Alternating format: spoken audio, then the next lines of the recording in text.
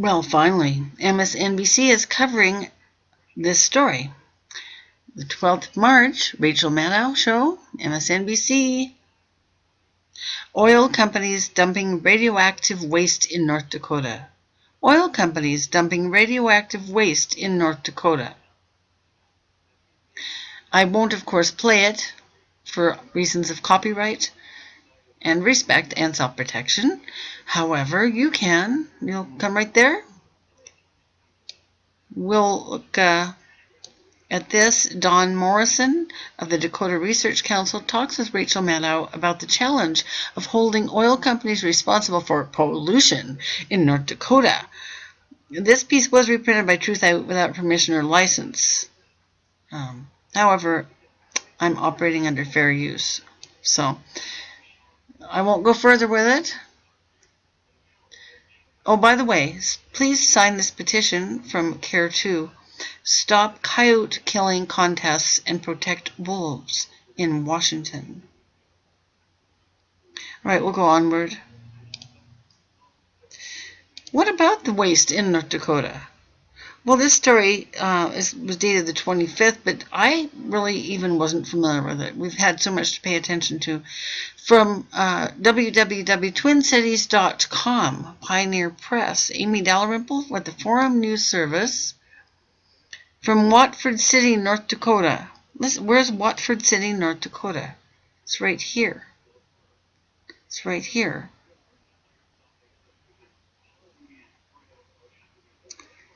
In Google Earth.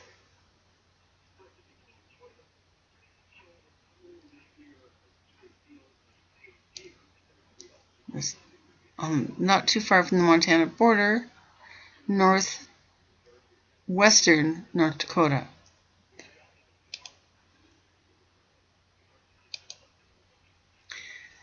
Officials in Watford City, North Dakota, have been calling on the state to take action after a stockpile of oil-filled waste was discovered in rural McKenzie County, dripping crude oil and other contaminants onto the ground. Other contaminants, that's radioactive contaminants. If you look at that picture, it looks like death. Things nuclear to me, in the spiritual eye, always look like death. It says filter socks, which look like large tube socks and are used in salt water disposal wells to filter out the solids, contain naturally occurring radioactive material. Now, it's subject to question. Hopefully, this is the golden opportunity for the state to stand up and set a precedent that this will not be tolerated, said Rick Schreiber, director of the McKenzie County Solid Waste Department. Let people know that enough is enough. Schreiber reported the waste to state officials last week after a neighboring resident sent him photos of the waste, known as filter socks, piled onto flatbed trailers in rural McKenzie County. Filter socks, which look like large tube socks, anyway, this is a bit redundant, but they contain naturally occurring radioactive material. The waste cannot be accepted at municipal landfills, and it often contains radiation levels that require it to be hauled out of state. The North Dakota Department of Health is investigating and could assess fines as a result of the investigation, said Scott Radig, director of the Division of Solid Waste. That's just one story.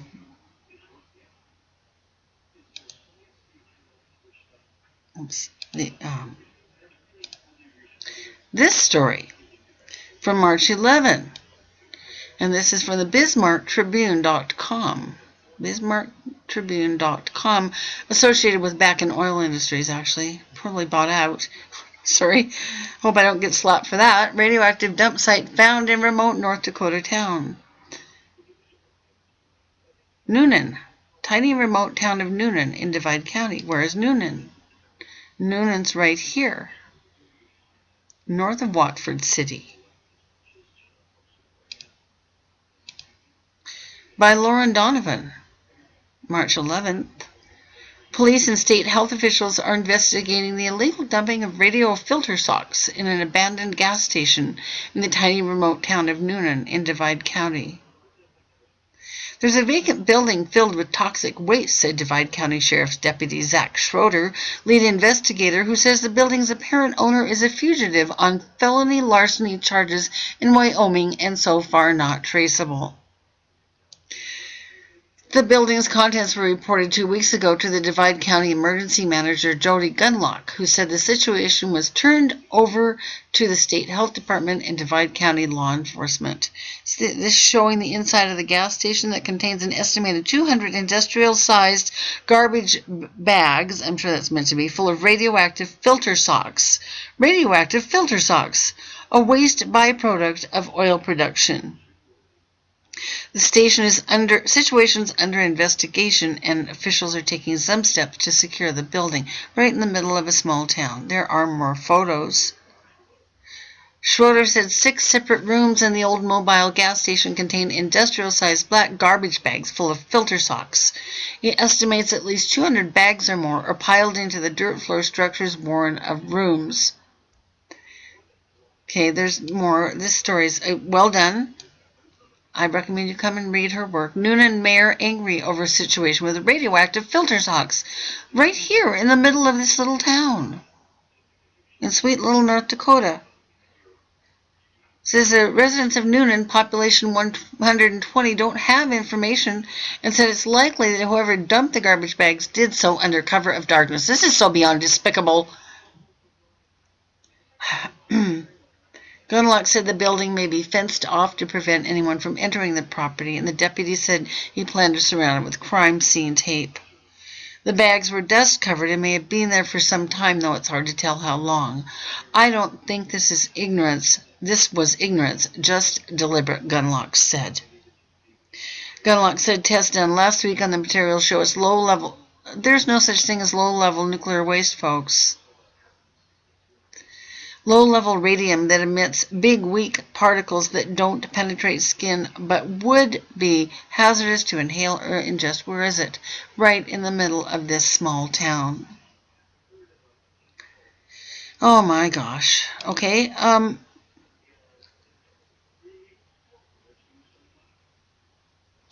This is redundant, but I just want you to bookmark it and read it. www.newyorktimes.com. This is prior to the nuclear event at Carlsbad, which, by the way, is still poisoning us all. Nuclear waste solutions seen in desert salt beds by the New York Times. Here's a slideshow. Deep in the New Mexico desert, a home for nuclear waste. This is interesting just in terms of historically interesting. It's by Marco Stravato. Half a mile beneath the desert surface in thick salt beds left behind by seas that dried up hundreds of millions of years ago, the Department of Energy is carving out rooms as long as football fields and cramming them floor to ceiling with barrels and boxes of nuclear waste. This is worth archiving just for historical purposes. It's assuming we live very long with all of the contamination we're being subjected to.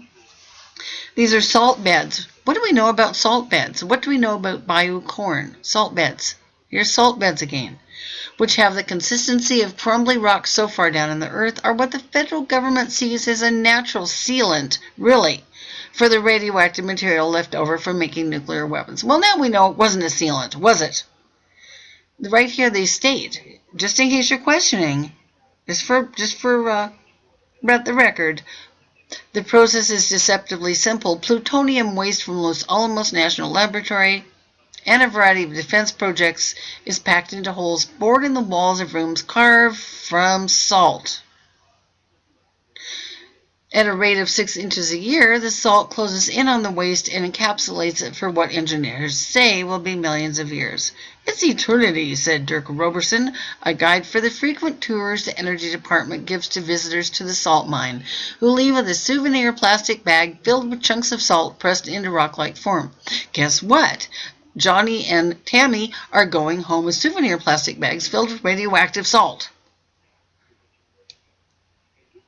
There's a picture of WIP. What is that, folks? WIP, Waste Isolation Pilot Plant. Notice how euphemistically named these things always are? And remember, this article is from February 9th, prior to the blow-up of everything.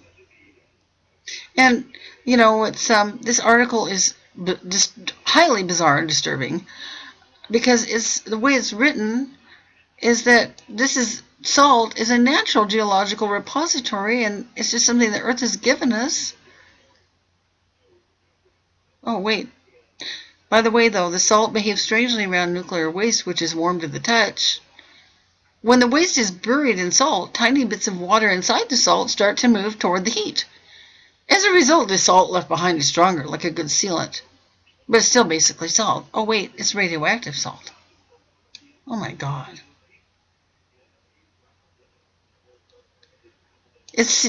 WIP was seen as a boon for the area. And Reverend, pay attention, Reverend David Wilson Rogers, this is a pastor, Reverend David Wilson Rogers of the First Christian Church, Disciples of Christ in Carlsbad, said, "This facility has the opportunity to give a blessing to the world by having a safe repository." Is he still saying that now, that WIP is poisoning the world? I'm going to close with a look at Energy Solutions. We've been here before. Energy Solutions, www.ENERGYSOLUTIONS.com. Zion Solutions, a powerful transformation. You can come here and read all about Energy Solutions. I just showed you a video half an hour ago that I made about transportation of nuclear waste, and Kevin Blanche has just done a story today about Energy Solutions hauling this crap down your roads. Here's their mission and their values: business units, contract vehicles, community. Look where they are, all over the world. Projects, current projects. Utilizing our expertise to reclaim the site of a shut-down nuclear power plant years ahead of schedule. That's what this picture of. There's an image gallery. Lots of, by the way, let me remind you, LDS church-owned company, staffed by LDS businessmen. Although it's now going private, by the way. It's becoming a private company. Whatever that means, let's look at a couple projects. And then I'll have to stop because I'm running out of time. Zion Nuclear Station decommissioning. This is in Chicago, on the banks of Lake Michigan. Here's another one. Oh, look, Fukushima Daiichi. Energy Solutions has been selected by Toshiba Corporation as the technology provider for the cleanup of the large volume of radioactively contaminated water at Fukushima. I've said enough. This is Two Wolves Out. And thank you for watching. Mitakuye-osen. I don't know how to say we are all radioactive in Lakota, but Mitakuye-osen means we're all related.